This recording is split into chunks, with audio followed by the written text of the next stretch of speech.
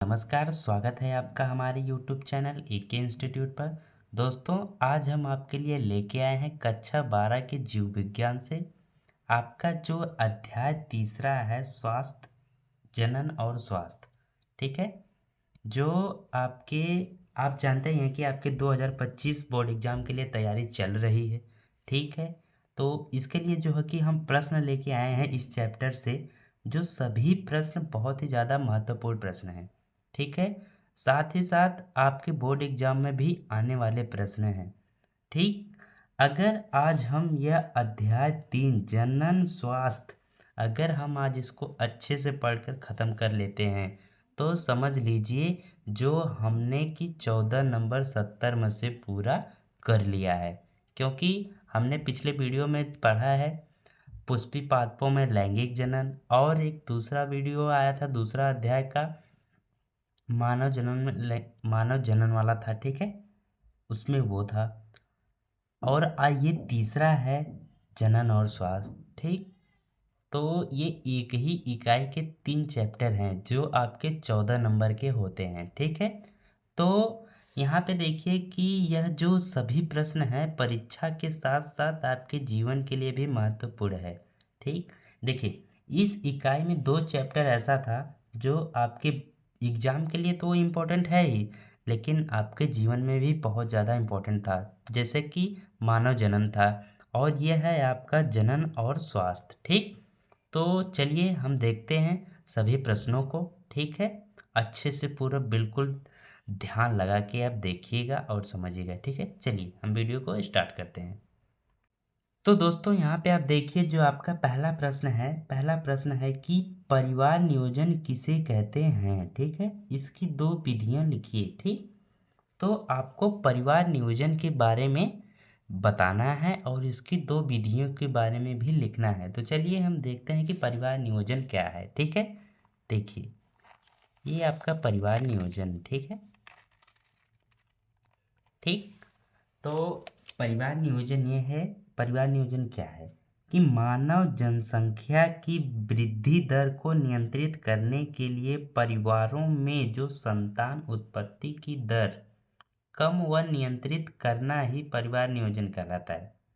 ठीक है, मतलब जो आपके परिवार में जो संतान की उत्पत्ति है, यानी जो हम बच्चे जो पैदा होते हैं उनको नियंत्रित करने के लिए जो है कि जो योजना होती है उसे हम परिवार नियोजन कहते हैं। ठीक है, और इसकी जो वैज्ञानिक रूप से 2 विधियां होती हैं, यानी जो इसकी विधि है परिवार नियोजन को नियंत्रित करने के लिए 2 विधि वैज्ञानिक रूप से है। ठीक है, तो कौन कौन सी विधि है उसको हम देखते हैं। देखिए यहाँ पे पहली विधि है कि अस्थाई नियंत्रण, दूसरा है अस्थाई नियंत्रण। ठीक, तो ये उसकी 2 विधियां हैं। ठीक, इन विधियों के बारे में ही हम पढ़ेंगे कि परिवार नियोजन कैसे होता है। ठीक है, जिसमें से आइए हम अगले प्रश्न में देखेंगे तो सभी जो है कि मिलेंगे हमको। ठीक, कि ये अस्थाई विधि है या अस्थाई विधि है। ठीक है, तो चलिए अगले क्वेश्चन की तरफ चलते हैं।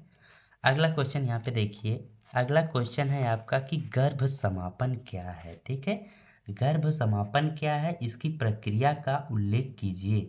तो आपको गर्भ समापन क्या है यह बताना है और इसकी प्रक्रिया का भी उल्लेख।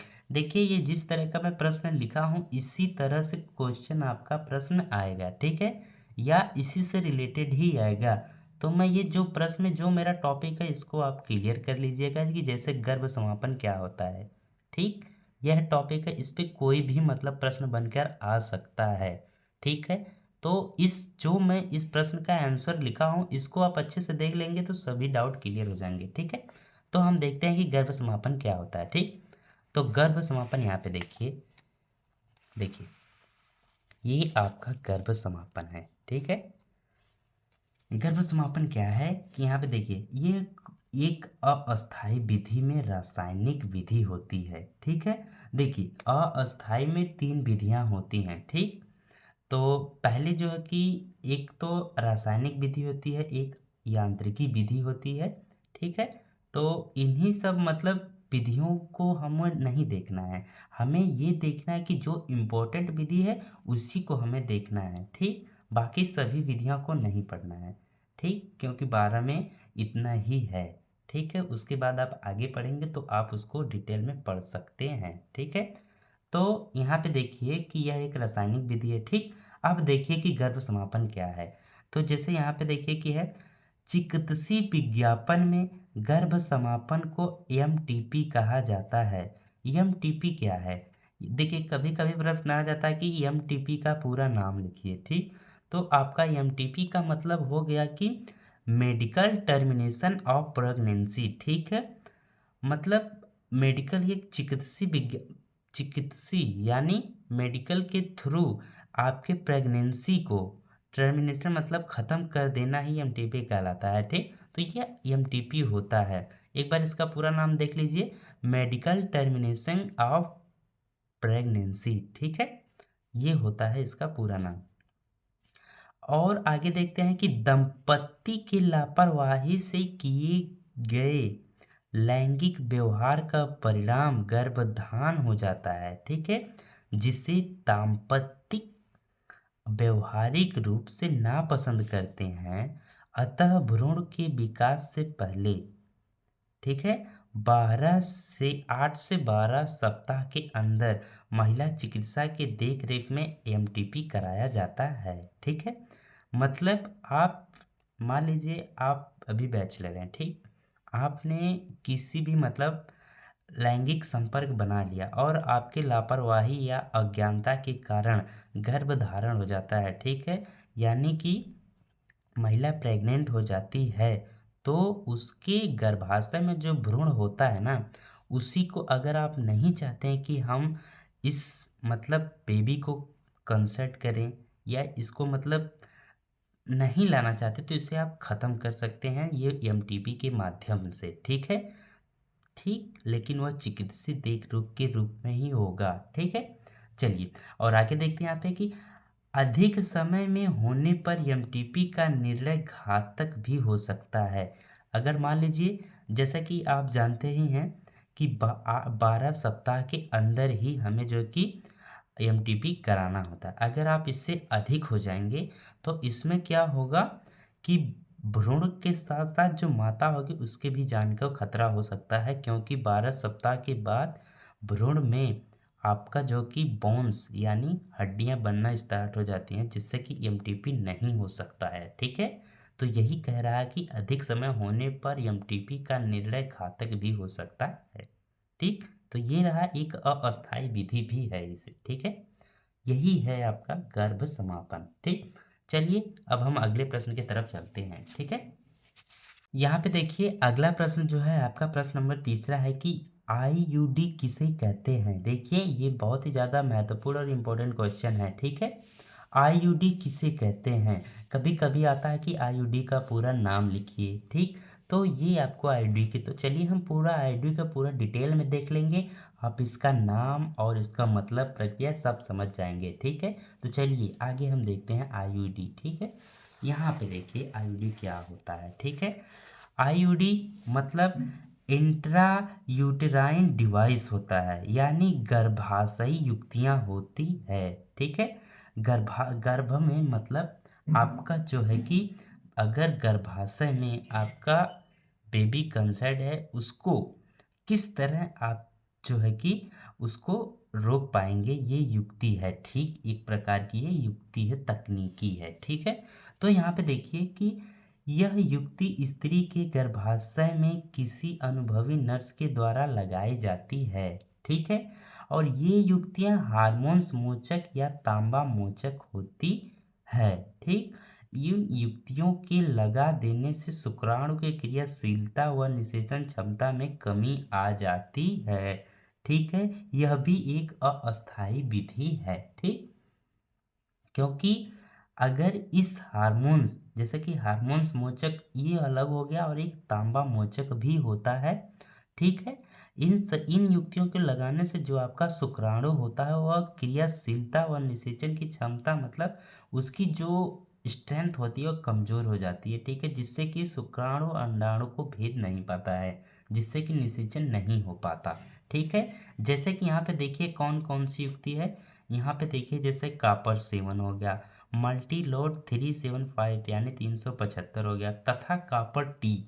ये जो आपकी युक्तियां दिख रही हैं काफ़ी ज़्यादा प्रचलित युक्ति हैं, ठीक है।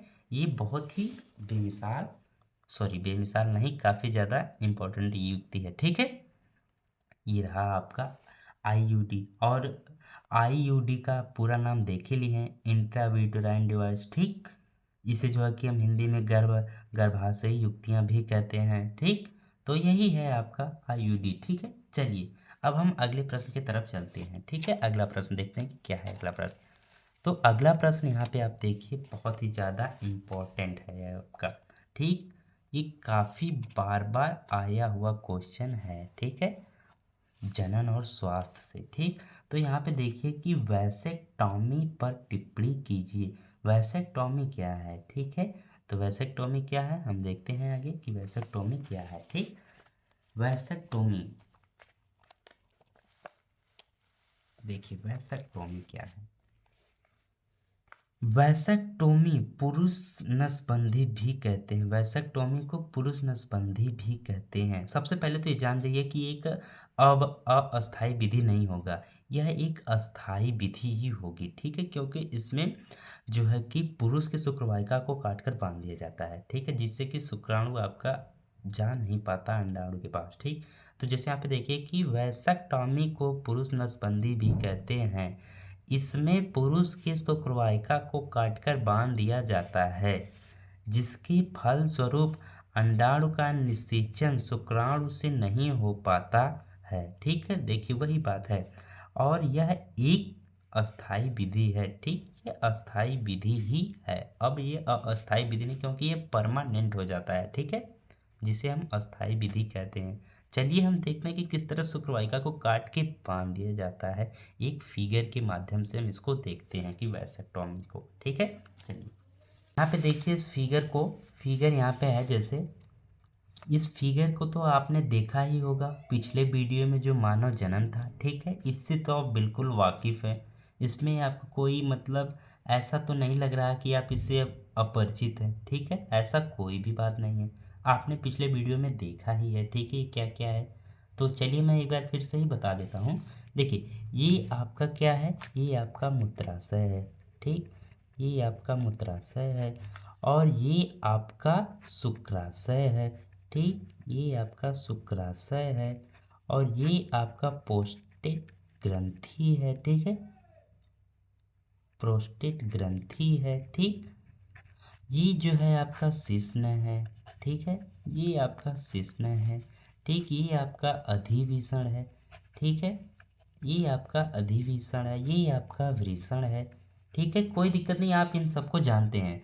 तो यहाँ पे बताया था कि वैसेक्टोमी में कि शुक्राशय को काटकर बांध दिया जाता है। देखिए यही है आपका शुक्राशय, ठीक है। ये आप सॉरी ये है आपका शुक्रवाहिका, शुक्रवाहिका, ठीक। इसी को काटकर बांध दिया गया, जैसे कि यहाँ से बीच में काट दिया गया है इसको, और इसको यहाँ पे बांध दिया गया है हमेशा के लिए, ठीक है। तो यही प्रक्रिया जो है ये आपका वैसेक्टॉमी कहलाता है, ठीक है। तो ये रहा आपका वैसेक्टॉमी। चलिए अब हम अगले प्रश्न की तरफ चलते हैं, ठीक है। तो आपका अगला प्रश्न है कि ट्यूबेक्टॉमी पर टिप्पणी लिखिए। वो आपका वैसेक्टॉमी था, ये ट्यूबेक्टॉमी है, ठीक है। ट्यूबेक्टॉमी क्या है, वैसेक्टॉमी यानी पुरुष नसबंदी, तो ट्यूबेक्टॉमी यानी महिला नसबंदी होगा, सिंपल सी बात है। तो देख लेते हैं इसको भी। ये देखिए आपका ट्यूबेक्टॉमी है, ठीक है। तो ट्यूबेक्टॉमी क्या है, ट्यूबेक्टॉमी को हम महिला नसबंदी भी कहते हैं। इसमें महिला के अंडवाहिनी को काटकर बांध दिया जाता है, ठीक। अगर मान लीजिए इसमें अंतर आ गया तो आप बिल्कुल आराम से लिख सकेंगे, कोई दिक्कत नहीं है, ठीक। जिसके कारण अंडाणु का मार्ग अवरोधित हो जाता है, जिसके फलस्वरूप निषेचन नहीं हो पाता है। यानी महिला की अंडवाहिनी को काटकर बांध दिया जाएगा, तो जो आपका अंडाशय में अंडाणु बनता है वो आपका जो है कि उसका मार्ग जो है अंडवाहिनी से होते हुए ही वो एम्पुला से होते गर्भाशय में जाता है। अगर हम बीच में ही अगर अंडवाहिनी को काट कर बांध देंगे तो वो नहीं आगे बढ़ पाएगा, उसके मार्ग में अवरोध उत्पन्न हो जाएगा। तो थोड़ा सा फिगर में हम समझ लेते हैं इसको, ठीक है। तो ये देखिए, इसको फिगर में हम समझ लेते हैं, ठीक है। ये है आपका मादा जनन तंत्र है, इसको भी आप जानते हैं, कोई दिक्कत नहीं, ठीक है। ये आपका गर्भाशय है, आपने अगर पिछले चैप्टर में देखा होगा तो ये सबसे आप वाकिफ हैं। और ये आपका एम्पुला है, ठीक है, कोई दिक्कत नहीं। ये आपका अंडाशय है, ठीक है। तो यही सब है मतलब। और देखिए, तो जिसको बात हो रहा था कि अंडवाहिनी, अंडवाहिनी का मतलब यही है आपका अंडवाहिनी, ये। और इसी को जो है कि काट कर बांध दिया गया है, यहाँ पे देख सकते हैं, ठीक है। जब काट कर बांध दिया गया है तो यहाँ पे अंडाणु बनेगा तो ये जा ही नहीं पाएगा, ठीक। तो इसलिए इसके मार्ग में अवरोध उत्पन्न हो जाता है, जब ये यहाँ नहीं जा पाएगा। आप जानते हैं कि निषेचन यहाँ एम्पुला में ही होता है, इधर से शुक्राशय जाता है और इधर से अंडाणु तक जाके यहाँ पे निषेचन होता है। लेकिन इसके मार्ग में तो यहाँ अवरोध उत्पन्न हो गया, ये नहीं जा पाएगा, ठीक है, जिसकी वजह से निषेचन नहीं हो पाएगा, ठीक। तो यह भी एक अस्थाई विधि ही हो गई जो हमेशा के लिए होती है, यानी परमानेंट हो जाती है, ठीक है। चलिए, तो ये रहा आपका ट्यूबेक्टॉमी, आपको समझ में आ गया होगा। अगर नहीं समझ में आ गया होगा तो कमेंट जरूर कीजिएगा, ठीक है। मैं दूसरे तरीके से बताने का प्रयास करूँगा। चलिए, अब हम अगले क्वेश्चन की तरफ चलते हैं कि अगला क्वेश्चन क्या है, ठीक है। तो अगला क्वेश्चन यहाँ पे देखिए है आपका बहुत ही ज़्यादा इम्पोर्टेंट और बहुत ही ज़्यादा महत्वपूर्ण क्वेश्चन है यह, ठीक है, कि बाध्यता किसे कहते हैं, इसके संबंध में सहायक जनन प्रौद्योगिकी का वर्णन करो। इस मैं बता रहा हूँ, इस प्रश्न को मैं या तो आप स्क्रीनशॉट ले लीजिएगा या अच्छे से ध्यान से इसको देखिएगा, क्योंकि इस प्रश्न में आपको मैं तो शॉर्ट में बता दूंगा, ठीक है, लेकिन इससे इतना ज़्यादा क्वेश्चन बनेगा, इतना ज़्यादा क्वेश्चन बनेगा, ये आप कंफ्यूज हो जाएंगे। तो मैं बताऊंगा बिल्कुल, आपका 2 मिनट में इस प्रश्न को बता दूंगा। और आप जो है कि कोई भी प्रश्न अगर आ जाएगा इससे, तो आप बिल्कुल भी बता देंगे या लिखकर कुछ भी मतलब उसको सॉल्व कर देंगे। तो आप ध्यान से देखिए, ठीक है, काफ़ी ज़्यादा इम्पोर्टेंट प्रश्न है यह, ठीक। तो हम देखते हैं कि वंध्यता किसे कहते हैं सबसे पहले। तो यहाँ पे देखिए, वंध्यता किसे कहते हैं हम, ठीक।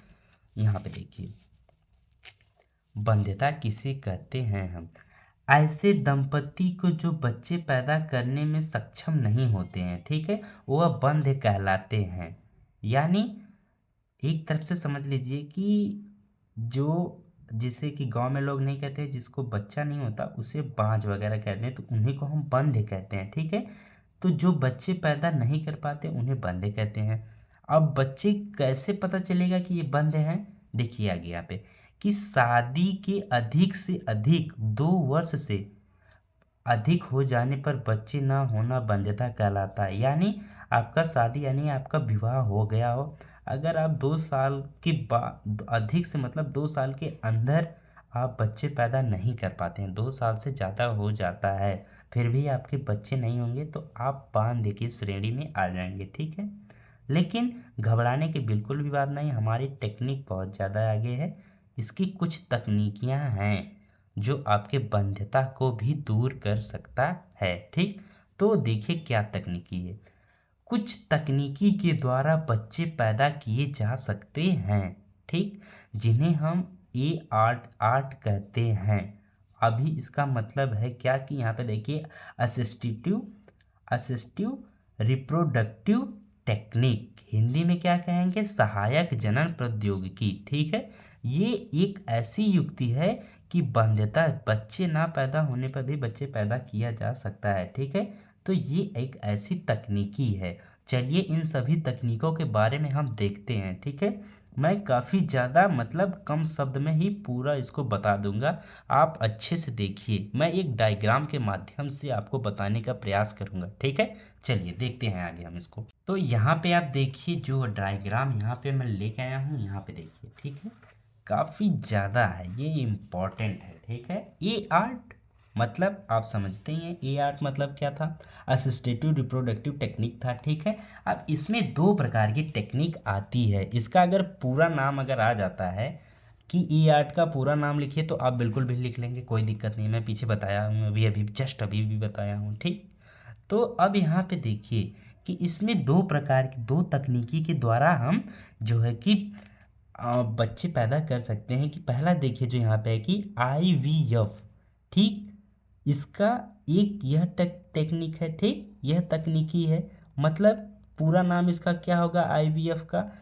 In vitro fertilisation. हिंदी में इसको हम क्या बोलेंगे? पात्र निषेचन विधि, ठीक है।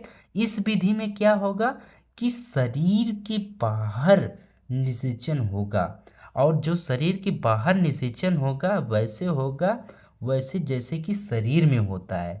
जैसे शरीर के अंदर निषेचन होता है, ठीक वही निषेचन, वही प्रक्रिया होगी, लेकिन अब शरीर के बाहर होगी, ठीक है।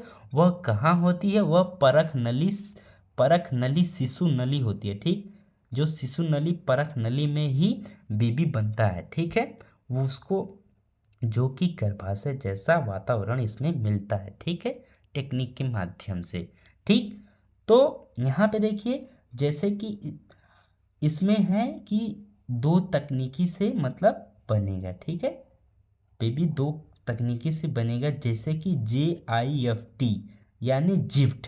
जिफ्ट का मतलब क्या हो गया कि जाइगोट इंट्राफैलोपियन ट्रांसफर। जाइगोट मतलब भ्रूण, भ्रूण को इंट्रा अंदर अंदर फैलोपियन ट्यूब में ट्रांसफर कर देना, यानी अंडवाहिनी एम्पुला में पहुंचा देना, यह एक तकनीकी होती है।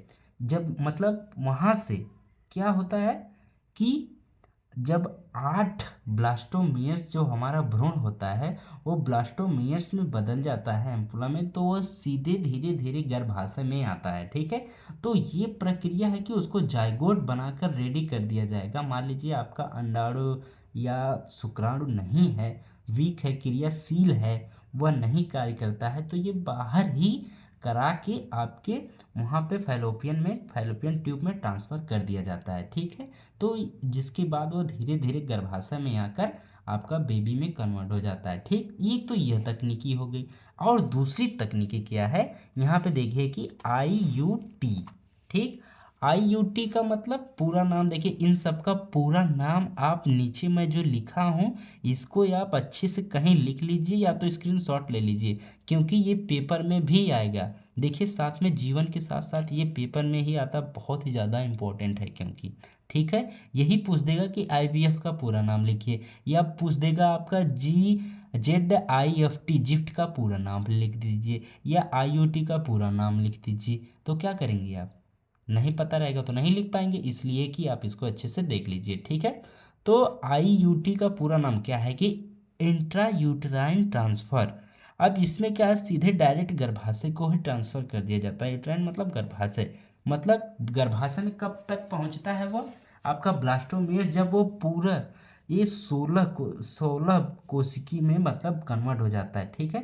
तो वो ब्लास्टोमियर्स काफ़ी ज़्यादा बड़ा हो जाता है। जब ये 16 ब्लास्टोमियर्स के रूप में बनता है, यानी 16 कोशिकी में, मतलब एक तरफ से समझ लीजिए, तो ये क्या करता है सीधे जाके, मतलब जब इतना बड़ा होता है तो ये गर्भाशय के आपका एक दीवार में जाके चिपक जाता है, गर्भाशय की दीवार में, जहाँ से जो वो परत जो होती है गर्भाशय की, जो इसे हम एंड्रोमेट्रियम कहते हैं, उसी परत से चिपकने के बाद ही जो है कि आपका भ्रूण धीरे धीरे आपका फीटर बनना प्रारंभ हो जाता है। फीटर के बाद आपका बेबी में बनता है, ठीक है। तो ये जो टेक्निक थी आपका, ये शरीर के बाहर होने की प्रक्रिया थी। दो टेक्निक से मतलब आपका बन रहा था बेबी। तो ये पहला टेक्निक हो गया जो शरीर के बाहर से हो सकता है, ठीक। अब हम देखेंगे शरीर के अंदर, जिसे ये भी IVF ही है। ये जीवे निषेचन है, ठीक।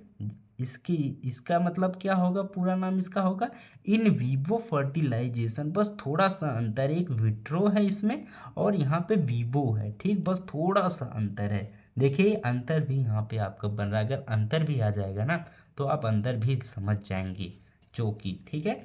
तो इसमें क्या होगा कि शरीर के अंदर निषेचन होगा, शरीर के अंदर निषेचन होगा। मान लीजिए किस तरह होगा, आप उसको हम बताते हैं। तो यहाँ पे जैसे कि है, जैसे आप मान लीजिए यहाँ पे एक टेक्निक है GIFT गिफ्ट, गिफ्ट यानी जैसे गिफ्ट आप किसी को देते हैं, सेम वही मान लीजिए। अब इसमें क्या होगा कि गैमेट, गैमेट इंट्राफैलोपियन ट्रांसफर। अब इसमें तो क्या था, पूरा भ्रूण ही ट्रांसफर करा दिया जाता था।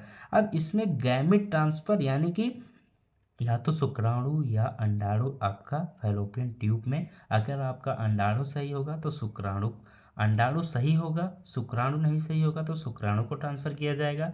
अगर आपका शुक्राणु सही है, अंडाणु नहीं सही है, तो अंडाणु को ट्रांसफ़र किया जाएगा फैलोपियन ट्यूब में, एम्पुला में, जहाँ पे निषेचन होगा। ठीक है, तो ये एक यह तकनीक है जिप। ठीक, और दूसरा क्या है आपका, यहाँ पे देखिए ये IUI, इसमें क्या होता है, यह एक तकनीक होती है कि वीर्य वाली होती है, कि मतलब जब जिसमें वीर्य आपका बहुत ज़्यादा कमज़ोर होता है तो इस तकनीकी का यूज किया जाता है। ठीक है, ये रहा आपका 8, ये 8। ठीक, देखिए इस पूरा अगर आप कुछ भी नहीं समझ पाए तो इन पूरा का नाम आप पहले ज़रूर लिख लीजिए। ठीक है, क्योंकि ये तो आना ही आना है। इसमें से जितने भी आपको 7 आपके पूरा नाम दिख रहा है फुल फॉर्म के रूप में, इन सब का आप लिख लीजिए। ठीक है, क्योंकि ये ज़रूर आएगा, 100% आएगा। ठीक है, तो ये रहा आपका पूरा बाध्यता का प्रोसेस। ठीक, चलिए हम अब अगले क्वेश्चन की तरफ चलते हैं। ठीक है, तो चलिए अगला क्वेश्चन यहाँ पे हम देखते हैं। अगला क्वेश्चन क्या है, अगला क्वेश्चन काफ़ी ज़्यादा इम्पोर्टेंट क्वेश्चन है। ठीक है, इस प्रश्न में क्या है कि उल्बवेधन यानी एमनियोसेंटेसिस की प्रक्रिया को समझाइए। अब एमनियोसेंटेसिस प्रक्रिया क्या है, हमने तो अभी तक तो देखा कि किस तरह बेबी को अंदर ही अंदर गर्भ में समाप्त किया जा सकता है, या फिर आप बेबी मतलब कंसेप्ट करने में असक्षम है तो आप किस तरह जो कि अपनी वंध्यता से दूर हो सकते हैं, ये सब प्रक्रिया हमने देखा। लेकिन अब हम देखेंगे बेबी के बारे में। ठीक है, यानी कि उल्बवेधन प्रक्रिया क्या है। ठीक है, एमनियोसेंटेसिस प्रक्रिया क्या है, तो यह प्रक्रिया क्या है, यहाँ पे देखिए कि उल्बवेधन कैसी प्रक्रिया है। यह देखिए एक ऐसी यह विधि जो है काफ़ी ज़्यादा इम्पोर्टेंट विधि है। ठीक, देखिए यह विधि भ्रूण में होने वाले रोगों की जांच करने में उत्तम विधि है। ठीक है, यानी कि आपके गर्भाशय में जो आपका बच्चा है, जिसे आप इसकी प्रक्रिया की इस माध्यमिक उल्बवेधन की प्रक्रिया से, इसकी सहायता से आप देख पाएंगे कि जो हमारा बच्चा है वह स्वस्थ है या निरोगित है, या फिर मतलब रोगित है, या उसको कोई आनुवांशिक विकार या आनुवांशिक रोग है। ठीक है, इन सभी को बारे में आप समझ पाएंगे उल्बवेधन की प्रक्रिया से। ठीक है, तो ये है आपका जांच करने की उत्तम विधि है। इस विधि में भ्रूण के पास से एमनियोसेंटेसिस लिक्विड निकाला जाता है। ठीक है, मतलब जैसे कि यहाँ पे आप देखिए निकाला जाता, अभी मैं बता रहा हूँ, पहले पूरा देख लीजिए कि लिक्विड निकाला जाता है, जिससे यह पता लगा लिया जाता है कि भ्रूण में कोई आनुवांशिक विकार तो नहीं है। ठीक है, जैसे कि मतलब यहाँ पे समझिए, जैसे कि आपका ये मान लीजिए ये आपके गर्भाशय में ये आपका जो है कि बेबी कंसीड हो रहा है। ठीक है, मान लीजिए ये आपका बच्चा बन रहा है। ठीक है, ये आपका बेबी बन रहा है। ठीक, तो इसके ये जो जिस लिक्विड में होता है ना, यही आपका होता है क्या, एमनियोसेंटेसिस लिक्विड। ठीक, एमनियो यही जो लिक्विड होता है, इसको हम क्या करते हैं, एक इंजेक्शन के माध्यम से, ठीक है, इसको हम निकाल लेते हैं। ठीक, निकालने के बाद हम इसको जो है कि परीक्षण करते हैं, इसमें देखते हैं कि कोई बीमारी तो नहीं है इसके अंदर, आनुवांशिक विकार तो नहीं है। और एक ज़्यादा इम्पॉर्टेंट चीज़ वो होती है जो कि मतलब हमारे देश में अलाउ नहीं है, इसमें इस लिंग को जो है कि जो भ्रूण है, आप इससे ये पता कर पाएंगे कि ये भ्रूण लड़का है या लड़की। तो काफ़ी लोग होते हैं कि जब लड़की होता है तो इसका जो है कि एमटीपी करा के गर्भ में ही इसको मार देते हैं। ठीक है, इसलिए सरकार ने इसको अलाउ नहीं किया है। ठीक, लेकिन यह रोग की जानकारी के लिए, यह रोगों के बारे में आप करा सकते हैं। ठीक है, तो इसलिए यह इतना महत्वपूर्ण रहा एमनियोसेंटेसिस उल्बवेधन प्रक्रिया, यही बहुत ज़्यादा इम्पोर्टेंट है इसका बात यही है कि आप आनुवंशिक विकार के बारे में समझ सकते हैं। अगर बच्चा विकार रोग से ग्रसित है तो आनुवंशिक रोग से ग्रसित होगा, मतलब आनुवंशिक रोगों का देखिए कोई उपचार नहीं होता है, ठीक है, इसलिए उसको भ्रूण को गर्भाशय में ही मार दिया जाता है। ठीक, चलिए आगे क्या था कि और इसके द्वारा भ्रूण के लिंग की भी जांच किया जाता है, जो मैं बाद में बताया था आपको। ठीक है, तो ये रहा आपका एमनियोसेंटेसिस की प्रक्रिया। चलिए अब हम अगले क्वेश्चन की तरफ चलते हैं। तो यहाँ आपका रहा अगला प्रश्न है जो कि एसटीडी यौन संचरित रोग, ठीक है, क्योंकि यह चैप्टर ही है जनन और स्वास्थ्य से अगर रिलेटेड चैप्टर तो इसमें रोगों के बारे में हमें समझना पड़ेगा। ठीक है, तो देखिए इसमें बहुत ढेर सारे रोग हैं। ठीक है, हम 2-3 रोग को देखेंगे, आपको किस तरह मतलब रोगों के बारे में एक सिंपल ट्रिक बता देता हूँ। तो आप किस तरह रोगों को सभी रोगों को आप कैसे मतलब लिख पाएंगे एग्जाम में। आपको क्या करना है, रोग से होने वाले कारक यानी जीवाणु, बैक्टीरिया, विषाणु, वायरस है, किससे किससे होता है उसका नाम आपको याद कर लेना है और उसके लक्षण को, उपचार को, बस। इसमें आपका कोई हर रोग जो जितना भी आपके बायोलॉजी में है 12 के सिलेबस में जितना भी रोग है इन सभी की वायरस के बारे में और लक्षण उपचार के बारे में देख लीजिएगा, आप आसानी से लिख पाएंगे, इसमें कोई वो वाली बात नहीं है। तो यहाँ पे देखिए कि एसटीडी यौन संचारित रोग क्या है। तो सबसे पहले तो यहाँ पे देखिए एसटीडी क्या है। कभी कभी ये भी आ जाता है कि एसटीडी का पूरा नाम लिखिए, क्योंकि भाई देखिए इससे ये तो आना ही ज़रूरी है, जितना मैं बताया हूँ पूरा नाम आएगा, इम्पोर्टेंट 100% आपका आएगा। ठीक है, चलिए यहाँ पे देखिए एसटीडी का पूरा नाम है क्या है, सेक्चुअल ट्रांसमिशन डिजीज, मतलब यौन संचरित रोग। ठीक है, आपका इससे होने वाले बीमारी, यौन से संबंधित जो बीमारियां हैं। ठीक है, तो हम कुछ बीमारियों को देखेंगे, बाकी आप अपने से पढ़ लीजिएगा, बैक्टीरिया वायरस का नाम लिख लीजिएगा, लक्षण और जो है कि आपका उपचार, बस यही देखना। मैं आगे बता दूंगा किस तरह लिखना है, 1-2 बीमारियां बताऊंगा, उसके बाद आप सभी बीमारियां अपना देख लीजिएगा। तो देखिए यहाँ पे जैसे कि मैथुन क्रिया द्वारा संचरित रोग होने वाले रोग यौन संचरित रोग कहलाते हैं। ठीक है, यही रोग है संचरित रोग, मैथुन की प्रक्रिया में जो भी होता है रोग उसे हम यौन संचरित रोग कहते हैं। ठीक है, तो इस रोग को रतिजन्य, ठीक, रोग या जनन मार्ग संक्रमण भी कहते हैं। ठीक, जैसे में कौन कौन सी बीमारियां होगी, जैसे कि सिफिलिस हो गया, सुजात हो गया, एचआईवी यानी कि एड्स हो गया, आदि बहुत सारी ढेर सारी बीमारियां हैं। ठीक है, यह रोग रोगी व्यक्ति के अन्य व्यक्ति से कुछ प्रकार से भी फैलता है यानी कि जैसे कि आप लैंगिक संपर्क में आते हैं इससे होगा, आप मान लीजिए कोई ग्रुप सुई इंजेक्शन वगैरह जो होता है, जैसे कि यहाँ पे काफ़ी ज़्यादा, जैसे कि कोई डॉक्टर हो गया, आप किसी भी मरीज को सुई लगाया मतलब इंजेक्शन दिया और उसी इंजेक्शन से दूसरे में, तो इस तरह भी फैलता है। ठीक है, वो अगर सुई को चेंज नहीं करता है ये किसी, तो इस तरह भी फैलता है। या आप नाई के दुकान पे जाते हैं तो जो आप अपना दाढ़ी बाल वगैरह बनाते हैं तो जो वही अगर एक ही ब्लेड काफ़ी ज़्यादा, मतलब कोई अगर व्यक्ति योग रोग से संचरित है उसका यूज करके और किसी स्वस्थ व्यक्ति को यूज कर देगा तो वह स्वस्थ व्यक्ति भी आपका रोगी हो जाएगा। तो ये काफ़ी ज़्यादा प्रक्रिया होती है, अपने से आप लिख सकते हैं, कोई दिक्कत नहीं है। ठीक है, क्योंकि ये इसी प्रकार से ही फैलता है। ठीक, तो हम चलिए कुछ रोगों को देख लेते हैं। ठीक है, तो यहाँ पे देखिए जो आपका रोग है ये काफ़ी ज़्यादा महत्वपूर्ण है, ये बार बार आ जाता है। ठीक है, तो रोग है कि गोनोरिया रोग किस जीवाणु से फैलता है, इसके लक्षण तथा उपचार लिखिए। इसी तरह का मतलब आ सकता है प्रश्न। ठीक है, तो आपको गोनोरिया रोग लिखना है उसके बारे में। तो गोनोरिया देखिए यहाँ पे, गोनोरिया किस रोग वायरस से शायद होता है, देखिए तो इस तरह आप जो है कि लिखेंगे। ठीक, ये देख लीजिए। ठीक, गोनोरिया यानी कि यह रोग जो होता है गोनोरिया, यह रोग आपका निसेरिया गोनोरियाई नामक जीवाणु से होता है, ठीक।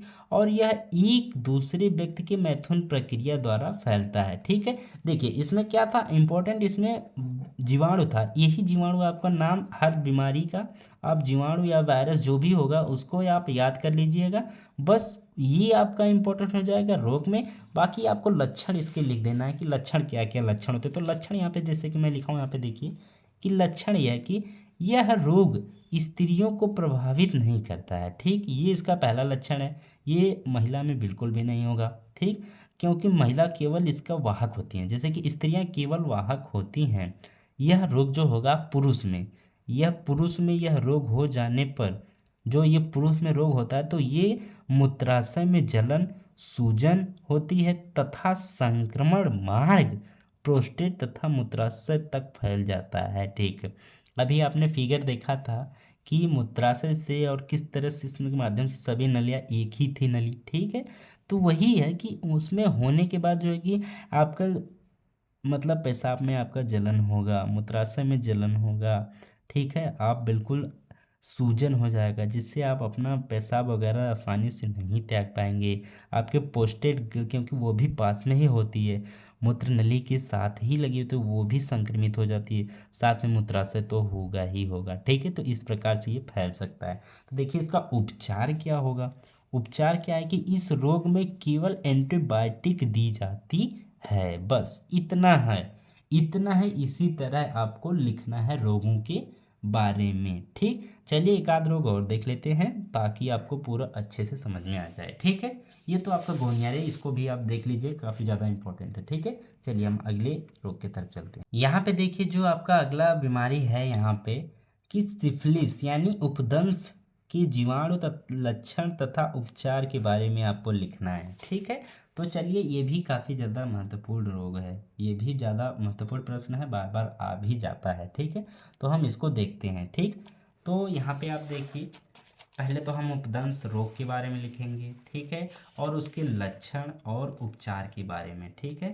तो रोग क्या है कि यहाँ पे देखिए यह रोग ट्रेपोनोमा पैरिड्रम नामक जीवाणु से होता है, बस इतना आपको लिखना है कि ये है इसी जीवाणु से होता है। अब उसका लक्षण हम देख लेंगे। लक्षण यहाँ पे क्या क्या है।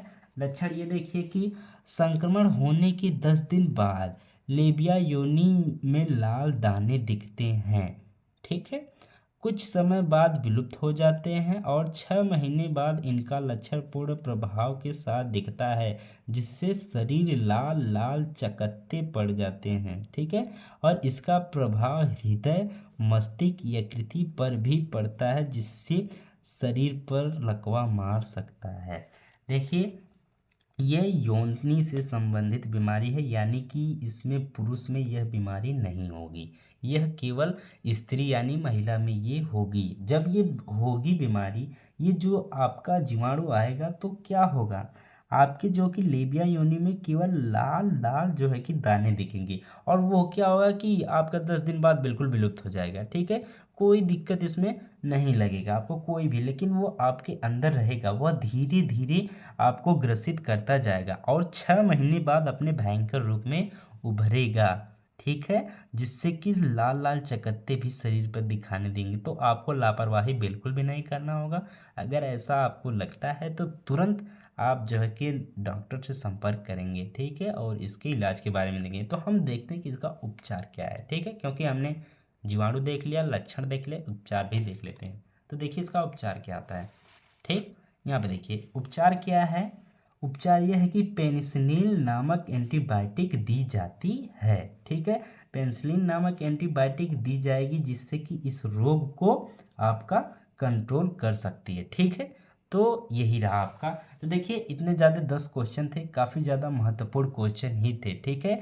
तो आप इसको जो कि अच्छे से रिवीजन कर लीजिएगा, अच्छे से पढ़ लीजिएगा, ठीक है। आपके पास समय इनफ है, ठीक है। तो यही रहा आपका। देखिए ये तो ज़रूर बोर्ड के रिलेटेड ही प्रश्न है, लेकिन आपके जीवन में भी काफ़ी ज़्यादा महत्वपूर्ण रहा, बस आप इसको प्रश्न को समझिए, ठीक है। बहुत ही ज़्यादा इम्पोर्टेंट रहा।